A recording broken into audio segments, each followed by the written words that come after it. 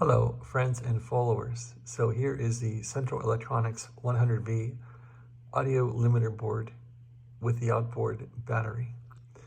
So what Nick is saying is basically to replace these two diodes with 3.6 volt Xeniers and get rid of the battery. So I will jump this battery connection and put in some 3.6 volt Xeniers back to back. And so that looks like this.